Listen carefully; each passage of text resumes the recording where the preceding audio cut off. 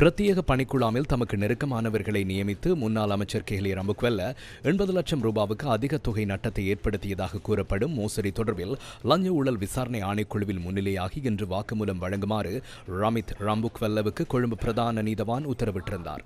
இந்த சம்பவம் தொடர்பில் தாக்கல் செய்யப்பட்டுள்ள வழக்கின் இரண்டாவது சந்தேக நபராக ரமித் ரம்புக்வெல்லவை பெயரிட்டு கொழும்பு பிரதான நீதவான் தனுஜா லக்மாலி இந்த உத்தரவை பிறப்பித்தார். 2021 முதல் 2023க்கு இடைப்பட்ட காலப்பகுதியில் வெகுசன ஊடக சுகாதார சுற்றாடல் அமைச்சராக கெஹலிய ரம்புக்வெல்ல செயற்பட்ட போது பிரத்யேக பணிக்குழாமில் தமக்கு நெருங்கியவர்களை பெயரிட்டு அவர்களுக்கான சம்பளத்தை பெற்றுக் கொண்டுள்ளமை லஞ்ச ஊழல் விசாரணை ஆணைக்குழுவின் விசாரணைகளில் கண்டறியப்பட்டது. இந்த வழக்குடன் தொடர்புடைய முன்னாள் அமைச்சர் கெஹலிய ரம்புக்வெல்ல நேற்று நீதிமன்றத்தில் ஆஜர்படுத்தப்பட்டதை அடுத்து அடுத்த மாதம் 3ஆம் தேதி வரை தொடர்ந்தும் விளக்கமறியலில் வைக்கப்பட்டார்.